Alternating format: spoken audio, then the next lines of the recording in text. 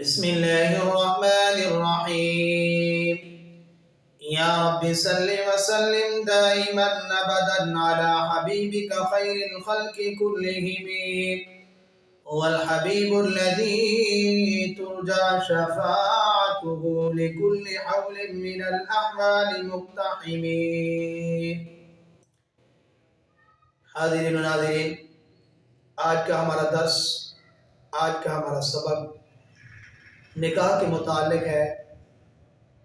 سنت نکاح اور مسنون نکاح. جناب نبی کریم صلی اللہ علیہ وسلم نے مسنون نکاح کا طریقہ بھی بتایا، کس طرح نکاح کرنا چاہیے. آج معاشرے کے اندر نکاح بہت ہی مشکل ہو گیا ہے، جبکہ اللہ رب العزت فرماتے ہیں یرید اللہ بکم اليسر ولا یرید بکم العسر. اللہ رب العزت لوگوں کے ساتھ آسانی والا معاملہ کرتے ہیں، اللہ رب العزت تنگی کا معاملہ نہیں کرتے. تو اللہ رب العزت نے ہمیں سہولت دی ہے. نکاح بالکل آسان ہے، نکاح مشکل نہیں ہے. اللہ رب العزت نے قرآن پاک میں فرمایا وَأَنْكِحُوا الْأَيَامَ مِنْكُمْ وَالصَّالِحِينَ مِنْ عِبَادِكُمْ وَإِمَائِكُمْ. اس آیت مبارکہ کے اندر اللہ جل شانہ نے فرمایا جو بے نکاح مرد اور بے نکاح عورتیں ہیں ان کا نکاح کر دو. ایک حکم فرمایا، ترغیب دی رہی ہے. اور اللہ کے نبی کریم صلی اللہ علیہ وسلم کی حدیث کا مفہوم بھی یہ ہے کہ جب مرد بالغ ہو جائے یا عورت بالغ ہو جائے، جہاں اچھا رشتہ بن رہا ہو تو ان کا نکاح کر دو، یہ بہتر ہے، ان کے اندر تاخیر نہ کرو. آج معاشرے کے اندر لوگوں نے نکاح کو بہت ہی مشکل بنا دیا ہے. جب تک کہ ہمارے پاس بچی والے کہتے ہیں جہیز کا سامان بچی کا نہ اکٹھا ہو، اس وقت تک بچی کی شادی نہیں کرتے. اور لڑکے والے یہ سوچتے ہیں کہ لڑکا تعلیم حاصل کر لے یا کوئی ہنر وغیرہ کر لے. یعنی ہر برادری اور ہر قوم میں مختلف قسم کے لوگوں کے اذہان ہیں، لوگوں کے مختلف قسم کے ذہن ہیں. کوئی تعلیم کو جو ہے تعلیم کی وجہ سے لڑکے کی شادی کو تاخیر کر دیتا ہے، کوئی ہنر کی وجہ سے، کام کاج کی وجہ سے، کوئی پیسے اور مال اور دولت کی وجہ سے.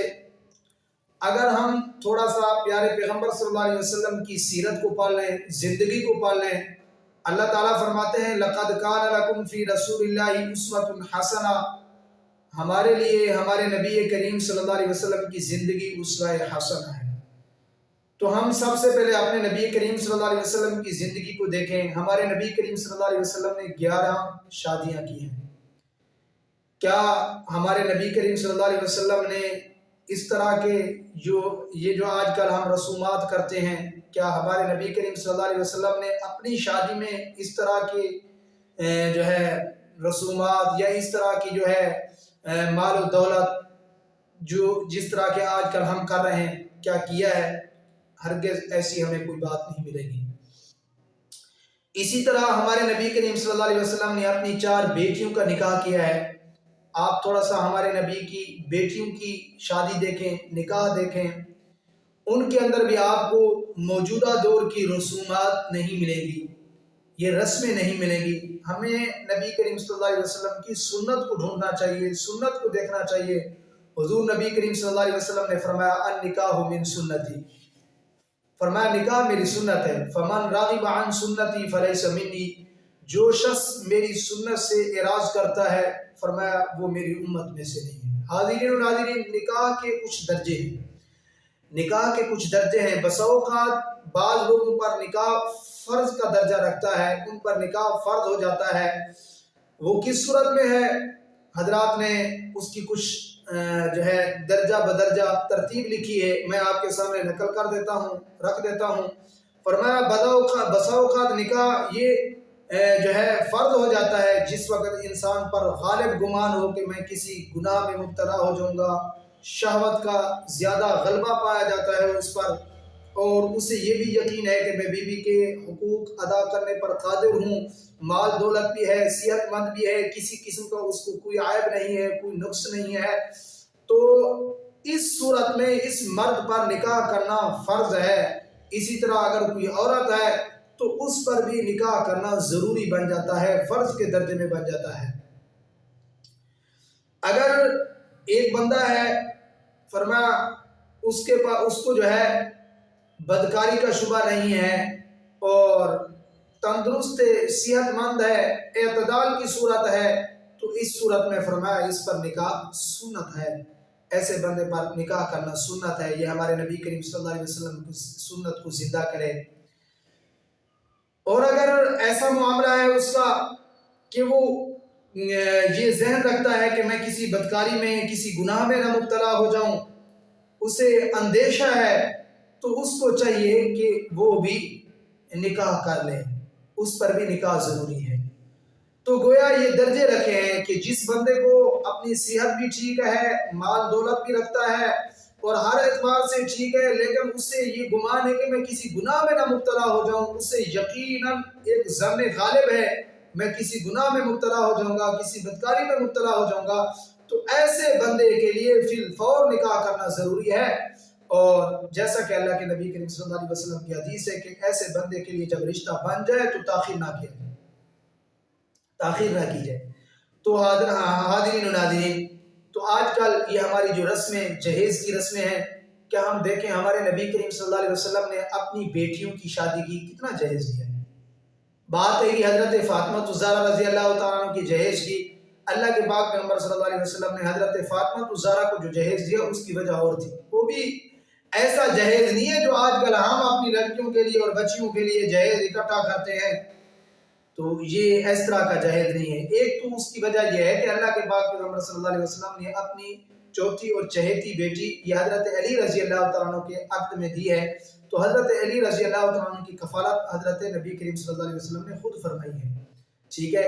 تو حضرت علی خود نبی کے گھر میں پلے ہیں، اگر حضرت علی کا نکاح حضرت فاطمہ سے نہ ہوتا تب بھی ہمارے نبی کریم صلی اللہ علیہ وسلم حضرت علی کو کچھ نہ کچھ اس کا تعاون کرتے، چونکہ ان کے گھر میں پلے ہیں، اس اعتبار سے حضرت نبی کریم صلی اللہ علیہ وسلم نے اپنی بیٹی کو اور حضرت علی کا تعاون کیا ہے۔ تو سب سے بہتر طریقہ تو یہ ہے کہ آپ جو ہے کیا کریں، اپنی بیٹی کے لیے اچھا رشتہ ڈھونڈیں، اور یہ جو مختلف قسم ہمارے ذہن میں یہ ہے کہ جب تک ہم جو ہے 30-40 دیگوں کا خرچہ اکٹھا نہ کریں، یعنی اچھی بڑی جو ہے کوئی ولیمہ نہ ہو، تو اس وقت تک ہم کہتے ہیں کہ ہمارا جو ہے نا شادی بھی اچھی نہیں ہوتی۔ یعنی آج کل ہم اپنی ناک کو اونچے کرنے کے لیے جو ہے یہ کام کرتے ہیں، نبی کریم صلی اللہ علیہ وسلم کی سنت کو زندہ کرنے کے لیے یہ کام نہیں کرتے۔ اگر ہم سنت پہ آ جائیں گے تو یہ کام ہمارے لیے آسان بن جائیں گے، ہمارے لیے مشکل نہیں بنیں گے۔ آپ دیکھیے نبی کریم صلی اللہ علیہ وسلم کی بعض شادیاں جو ہے نا سفر کی حالت میں ہوئی ہیں، رخصتی بھی سفر کی حالت میں ہوئی ہے۔ غالباً حضرت میمونہ رضی اللہ تعالیٰ عنہ کے نکاح کو دیکھیں، یہ سفر میں ہمارے نبی کریم صلی اللہ علیہ وسلم کا نکاح ہوا، رخصتی بھی ہوئی۔ اب دیکھیے ہم اس کے لیے کتنی جو ہے تکلیفیں اٹھاتے ہیں، لڑکے کے لیے جو ہے پتہ نہیں کیا کچھ کرتے ہیں، مکان بن گیا، مکان کے چلیں یہ تو ایک ضرورت بن گئی، اس کے علاوہ جو ہے ہم کہتے ہیں جب تک ہمارے پاس اتنا مال دولت اکٹھی نہ ہو تب تک ہم اس کی جو ہے شادی نہیں کرتے۔ ساری رسومات کو جب تک زندہ نہ کیا جائے تو ہماری شادی وہ شادی ہی نہیں بنتی، حالانکہ یہ سراسر جو ہے غلط طریقہ ہے۔ ہم شادی میں بھی، خوشی میں بھی اللہ اور اللہ کے رسول کو یاد کریں۔ تو عزیزو، تو قرآن پاک کی جو آیت میں نے آپ کے سامنے رکھی ہے اس میں نکاح کا حکم ہے، اور جو نکاح میں جو آیتیں پڑھائی جاتی ہیں آپ ان آیتوں کو دیکھیں، ان آیتوں کے اندر بھی اللہ رب العزت نے اتنا فرمایا ہے کہ ایمان والوں کو چاہیے کہ وہ تقوی اختیار کریں، اللہ سے ڈرتے رہیں۔ یعنی زیادہ پیسہ مال دولت خرچ کرنا یہ بھی رزق کی ناقدری ہے، اس سے اللہ ناراض ہو جاتے ہیں، فضول خرچی۔ جس طرح کہ آج کل اللہ معاف کرے ہمارے اس خطے میں تو جنوبی پنجاب میں تو بہت بڑی وبا آ چکی ہے، بیماری آ چکی ہے۔ جب تک اپنے بچوں کی شادی میں یہ ڈول باجا نہ ہو اس وقت ہم سمجھتے ہیں کہ ہمارے بچوں کی شادی ہوئی ہی نہیں ہے۔ ٹھیک ہے. تو اس طرح کا یہ طریقہ بالکل غلط طریقہ ہے. ہم اپنی شادی بیاہ کے اندر بھی سنت کو اپنائیں اور سنت کو زندہ کریں. اس سے اللہ بھی راضی ہو جائیں گے اور اللہ کا رسول بھی راضی ہوگا. اور حدیث پاک کا یہ مفہوم ہے, اللہ کے پاک پیغمبر صلی اللہ علیہ وسلم کی حدیث ہے, جس نکاح کے اندر خرچہ کم ہو وہ نکاح برکت والا نکاح سمجھا جاتا ہے. تو ہم کہتے ہیں جب تک جو ہے خرچہ زیادہ نہ ہو اس وقت تک ہماری شادی نہیں ہوتی. تو حاضرین, آپ تھوڑا سا اس مسائل پہ آپ خود غور کریں, فکر کریں. اللہ تعالیٰ سے دعا ہے اللہ تعالیٰ مجھے بھی آپ حضرات کو بھی صحیح معنی پیارے پیغمبر صلی اللہ علیہ وسلم کی سنت پر عمل کرنے والا بنائے. جزاک اللہ. اللہ حافظ.